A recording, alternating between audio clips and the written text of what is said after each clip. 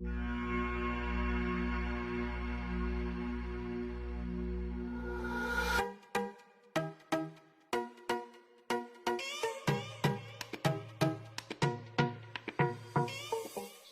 जय हिंद, जय भारत। मैं दिनेश मेरुठा। साथियों, नेपोटिज्म, क्योंकि अभी हाल ही में सुशांत सिंह राजपूत की पुण्यतिथि आकर गई है, तो देश भर में एक चर्चा चल पड़ी है नेपोटिज्म को लेकर।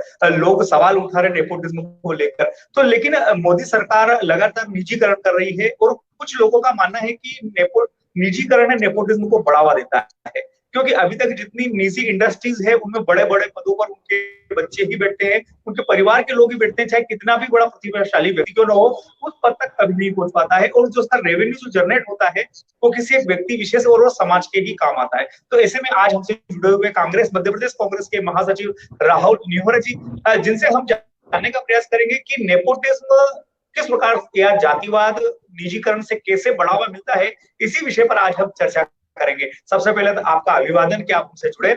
बहुत बहुत धन्यवाद और बहुत बहुत अभिवादन आपका निखरे जी। जी, मेरा सवाल ये है कि क्या आपको लगता है कि नेपोटिज्म निजीकरण से बढ़ावा मिलता है या नहीं मिलता है?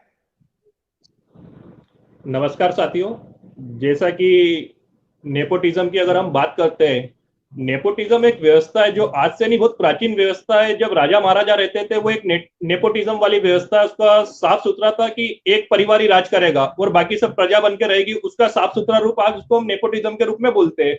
ये राजा महाराजा वाली है कि गद्दी अगर राजा छोड़ेगा तो उसी का खून, उसी का ब्लड, उसका लड़का लड़की जो भी हो वो राज करेंगे, और बाकी सब जो प्रजा है वो प्रजा अपना काम करती रहेगी।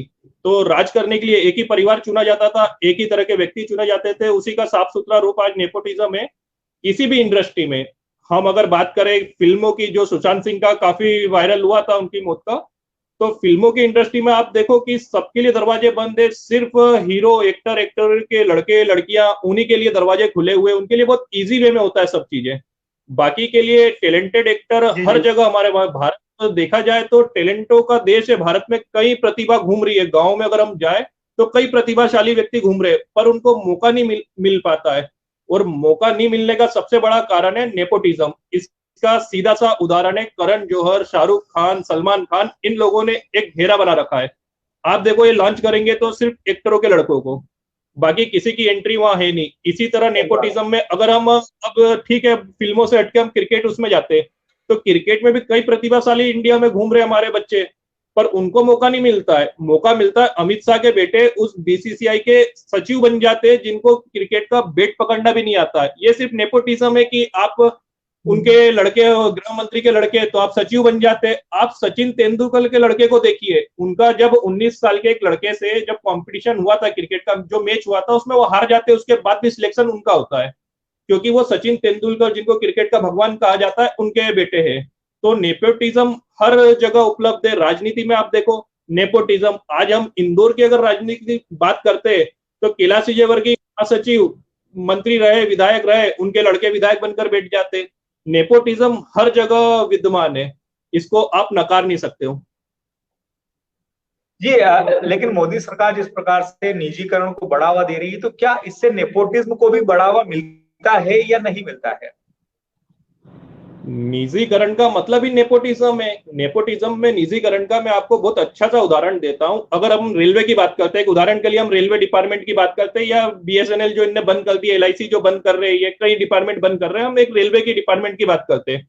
रेलवे का नेट प्रॉफिट अगर हम मानते हैं कि सालाना 1 लाख करोड़ का उसका नेट प्रॉफिट अगर हम मानते हैं, तो अभी क्या होता है कि जो भी उसका प्रॉफिट हो, भले 1 करोड़ हो, 1000 करोड़ हो या 1 लाख करोड़ हो, तो उसको डिस्ट्रीब्यूट करा जाएगा जन सेवा के कार्यों में। या तो रेलवे को और आगे बढ़ाने के लिए, सुविधाएं देने के लिए, जनता को सुविधा देने के लिए, उनकी सैलरी इंक्रीमेंट करने के लिए, पढ़ाई के लिए, या जन सेवा में उपयोग करा जाएगा। ये हो गई एक सरकारी व्यवस्था जिसके तहत राष्ट्रीयकरण करा जाता है कि कोई भी एजेंसी रहे, उसका पूरा पैसा राष्ट्र के हित में ही लगेगा, जो भी प्रॉफिट होगा। अगर अब हम आते हैं नेपोटिज्म पे या निजीकरण पे, जो आप बोल रहे हो। अब निजीकरण का इतना घातक है, जैसे हमने अडानी को रेलवे दे दिया है, अडानी अंबानी, इनको रेलवे स्टेशन, या हम देख ही रहे कि कई रेलवे स्टेशन इनको दे दिए। अब उसका जो भी प्रॉफिट होगा वो सिर्फ एक परिवार में जा रहा है, अडानी परिवार में। उससे जनता को कोई मतलब नहीं है। इसका निजीकरण का एक और मैं दूसरा रूप आपको बताता हूँ। राष्ट्रीयकरण में क्या होता है, अगर राष्ट्रीयकरण एजेंसी, जो सरकारी एजेंसियां जिसे हम बोलते हैं रेलवे, बीएसएनएल, ये सब, इनमें अगर कोई जॉब करता है तो बकायदा एक अपना श्रमिक लॉ बना हुआ है, श्रमिक नियम कायदे कानून है बाबा साहब के संविधान में, पूरी चीजें उसमें लेबर एक्ट के तहत कि लेबरों को कितने घंटे काम करना है, किस हिसाब से वेतन मिलेगा, किस हिसाब से उसकी पदोन्नति और किस आगे बढ़ेगा। सॉरी कॉल कनेक्ट हो गया था। तो किस हिसाब से एक आगे बढ़ेगा, तो उसमें पूरी संविधान में एक पूरी प्रोसेस होती है, उस प्रोसेस को हम लोग फॉलो करते हैं और आगे बढ़ते हैं। अब बात करते हैं हम निजीकरण की। निजीकरण में कोई प्रोसेस नहीं होती है। ऑनर जब तक चाहेगा आपको रखेगा, ऑनर जब तक नहीं चाहेगा वो राहुल नेवरे को 2 मिनट में नौकरी से निकाल देगा विदाउट कोई रीजन, क्योंकि ये निजीकरण है, प्राइवेट है, इस पे कोई लॉ काम नहीं करता है। इस पे आप आपके अधिकार के लिए ना यूनियन बना सकते हो, ना यूनियन बना सकते हो, ना अपनी मांगे मांग सकते हो, क्योंकि ये प्राइवेटीकरण है। अगर आप यूनियन बनाओगे तो वो आप लोगों को पहले ही बाहर कर देगा, जो भी यूनियन के लिए आगे आएगा आपको दबा के रखेगा। आपको 5 घंटे काम करना है, वो 12 घंटे काम करा रहे हैं अभी इंदौर में। मैं कई ऑफिस, कई फैक्ट्रियां, कई इनके बता सकता हूँ जहां लड़कों से 12-12 घंटे काम करा रहे और नाम मात्र के वेतन पे, क्योंकि ये निजीकरण है। सही बात है। सरकारी में सही बात है। सरकारी में आजादी होती है बोलने की होते। जी बोलिए। जी अच्छा, एक चीज ये है कि हम भारत एक ऐसे देश में रहते हैं जो भारत जातियों में, धर्म में और समुदाय में बटा हुआ देश है। तो अगर ऐसे में निजीकरण में जो हो रहा है उससे कुछ ही जो समाज के लोग ही सरकारी कंपनियों पर कब्जा कर पा रहे हैं, तो ऐसे में कुछ समाज पर क्या नेपोटिज्म का प्रभाव पड़ेगा? अगर ये निजीकरण होगा तो क्या प्रभाव पड़ेगा आने वाले कल में? देखिए, मैं आपको, अगर हम भारत के इतिहास की बात करें तो करीब 400 450 राजा महाराजा थे पूरे भारत में, जिन्होंने पूरे भारत को ही कवर कर रखा था, पूरे देश को। स्टेटों के रूप में हम बात करें, छोटे बड़े, राजस्थान, मध्य प्रदेश स्टेट, अलग अलग state, Punjab state, Hyderabad state, 450 परिवार राजा महाराजा इस देश में राज करते थे। पूरे भारत को वो चलाते थे। बाकी सब प्रजाति उनके हिसाब से वो उनको इस्तेमाल करते थे कचरे की तरह। जो राजा महाराजा बोल दे वही कानून होता था, वही संविधान होता था और वैसा ही लागू होता था और वही चीजों पे चलना रहता था। वो प्रोसेस धीरे धीरे खत्म करी, देश आजाद हुआ, अंग्रेज गए, बाबा साहब को जिम्मेदारी मिली। बाबा साहब ने एक संविधान लिखा कि अब ये देश किसी के उससे नहीं चलेगा, एक संविधान से चलेगा। और वो संविधान दुनिया का एकमात्र ऐसा संविधान है जो सबसे बड़ा संविधान है, जिसमें बाबा साहब ने हर एक चीज का वर्णन करा है, जिस किसी के हकों का हनन नहीं हुआ उस संविधान में, बल्कि नीचे लास्ट पंक्ति वाला इंसान भी ऊपर आ सके, वैसी उसमें व्यवस्था कर रखी है। जी, तो बाबा साहब के उस संविधान जी बिल्कुल अनुसार हाँ हर चीज की व्यवस्था थी। अब क्या हो गया कि वो दौर तो अब ये ला नहीं सकते राजा महाराजा वाला, क्योंकि संविधान लागू है, संविधान के हिसाब से चलना पड़ेगा। तो कुछ समझदारों ने, कुछ जानकारों ने, जो कि चाहते बड़े बड़े कारपोरेट घरानों को इन्होंने आगे बढ़ा दिया है। बड़े बड़े कारपोरेट घराने कितने होंगे? आज हम बात करें तो 50 घराने सिर्फ भारत में जो पूरे भारत को चला रहे। भले उसमें अंबानी देख लो, डालमिया देख लो, अडानी देख लो, ये सिर्फ 50 घराने जो पूरे भारत को चला रहे। और ये एक तरह से अघोषित राजा और सम्राट बनकर बैठे हुए, और बाकी हम सब प्रजा बनते जा रहे हैं, क्योंकि हमारी राष्ट्रीयकृत संस्था को बहुत साजिश के तहत, सोच समझ के साथ तोड़ मोड़ दिया है, खत्म कर दिया गया। आज बीएसएनएल खत्म हो गई तो किसका फायदा? एयरटेल का, जियो का, आइडिया का। ये आइडिया, बीएसएनएल, आइडिया, जियो और ये सब किसकी है? एयरटेल। हमारी तो नहीं है, श्रमिक लोगों की तो नहीं है, गरीब लोगों की तो नहीं है, ये है तो कुछ गिने चुने लोगों की। ये बिड़ला ग्रुप की होगी, एयरटेल भारती ग्रुप की होगी, तो ये है तो गिने चुने लोगों की। पैसा, प्रॉफिट किसका जा रहा है? आज बीएसएनएल थी तो प्रॉफिट किसको होता था? वहां हजारों कर्मचारी काम करते थे, उससे प्रॉफिट किसको होता था? और बीएसएनएल से आने वाले पैसों का प्रॉफिट किसको होता था? ये जनता को समझना होगा। और अब प्रॉफिट जियो, आइडिया, एयरटेल हम यूज कर रहे हैं, तो उससे प्रॉफिट किसको हो रहा है? ये भी जनता को समझना होगा। तो निजीकरण का सिंपल सा उदाहरण ये है कि देश बर्बाद, लोगों को आप आगे बढ़ा दो, बर्बाद की। जी जी जी बिल्कुल बिल्कुल। जी, आप हमसे जुड़े, बहुत अच्छा लगा, और नेपोटिज्म हमने चर्चा की। तो राहुल नेवरे जी, आपका बहुत बहुत धन्यवाद। हम फिर मिलेंगे अगले मुद्दे के साथ, नए विषय के साथ।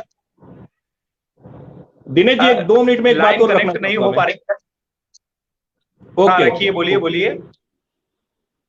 मैं दिनेश जी एक बात रखना चाहूंगा कि हाँ ठीक है, ये जो निजीकरण की बात जो आपने करी है, तो निजीकरण जैसा कुछ भी हमारे संविधान में बाबा साहब ने जो इस्तेमाल करा, उसमें निजीकरण जैसा कुछ नहीं है। उसमें हर एजेंसी राष्ट्रीयकरण है।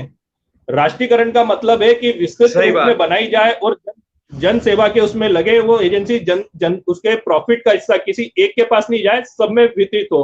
पर हो क्या रहा है मैं आपको बताता हूँ। संविधान को तो ये हटा नहीं सकते, पर आज हम लोगों को सोचना पड़ेगा कि संविधान में हमको आरक्षण जो मिला हुआ है, आरक्षण आपने निजी क्षेत्र ये इसमें आपने नौकरियों के उसमें निजीकरण करके आरक्षण खत्म कर दिया। आपने शिक्षा के क्षेत्र में प्राइवेटीकरण करके आरक्षण खत्म कर दिया। सिर्फ एक राजनीति क्षेत्र में आप आरक्षण को टिका के रखना चाहते हैं क्योंकि वहां पर आपको आपके एजेंट मिलते हैं। आज हमारे को बहुत दुख के साथ कहना पड़ता है कि हमारे राज्य की एससी एसटी से आते हैं, पर जब निजीकरण की बात आती है तो वो बात को बोलते नहीं है, उस बिल का विरोध नहीं करते। हमें बहुत गर्व होता है, हमारे राष्ट्रपति प्रथम नागरिक है इस देश के, उनको आगे आके बताना चाहिए कि ये निजीकरण कितना घातक है आने वाली पीढ़ियों के लिए। या फिर उनको प्रधानमंत्री को ये और अमित शाह को मैं चैलेंज करता हूं कि वो मेरे को 3 फायदे निजीकरण के बता दे जो देश हित में होंगे, या फिर हम उनको हजारों नुकसान बता देते कि निजीकरण से आने वाली हमारी पीढ़ियां गुलामी की ओर जा रही है और हम लोग आज नहीं तो कल कॉर्पोरेट घराने के गुलाम बनते जा रहे हैं। मैं देश की जनता, आपके चैनल के माध्यम से मैं देश की जनता से आह्वान करूंगा कि हमें इस टाइम पे एक होना है और इस निजीकरण नेपोटिज्म ये बहुत बड़ी घातक बीमारी है। आगे जाकर इससे हम वापस गुलामी की दौर में आएंगे। जितनी मुश्किल से हमारे बड़े लीडर, कांग्रेस के लीडर इंदिरा गांधी से लेकर जवाहरलाल नेहरू ने जिस समझदारी, जिस सूझबूझ, सरदार वल्लभ भाई पटेल से लेकर सबने जिस सूझबूझ के साथ इन लोगों को दबाकर राष्ट्रीयकरण करा गया था, बैंकों का राष्ट्रीयकरण हुआ, सब चीजों का राष्ट्रीयकरण हुआ, तब जाकर सोचो उस परिस्थिति में राजा महाराजाओं को दबा के स्टेटों का राष्ट्रीयकरण हुआ, कितनी मुश्किलों के बाद राष्ट्रीयकरण हुआ था। आज उसका तुम इतनी इजीली निजीकरण कर रहे हो, ये किसके लिए कर रहे हो और उस टाइम पर राष्ट्रीयकरण किसके लिए करा गया था? इस बात में हमें सोचना होगा और विचार करना होगा आज की युवा पीढ़ी को कि हमें किस ओर जाना है, राष्ट्रीयकरण की ओर जाना है या निजीकरण करके बेच दे, एक एजेंसी बनाकर बेच रहे हम देश को। ये सब नीलामी, ये सब बंद होना चाहिए, गोरखधंधे बंद होना चाहिए। और मैं प्रधानमंत्री को आगाह करना चाहूंगा कि वो देश के प्रधानमंत्री, हमने उनको चुना है, वो देश के मालिक नहीं है कि जो चीजों को उठा उठा कर बेच रहे हैं। वो देश के प्रधानमंत्री, और प्रधानमंत्री तब तक है जब तक कि आम चुनाव नहीं होंगे, तब तक उनको इन एजेंसियों को आगे बढ़ाना हो तो बढ़ाए, वरना चुपचाप बैठे रहे, इन एजेंसियों से बेचकर देश की जनता के साथ, मासूम लोगों के साथ गद्दारी ना करे। सही बात है, बिल्कुल। चलिए हम फिर आपसे जुड़ेंगे, फिर नए मुद्दों पर चर्चा होगी। तब तक के लिए जय हिंद, जय भारत। और मैं दिनेश मेहरुटा, और आज मेरे साथ जुड़े थे राहुल नेवरा जी। धन्यवाद। जय हिंद, जय भारत।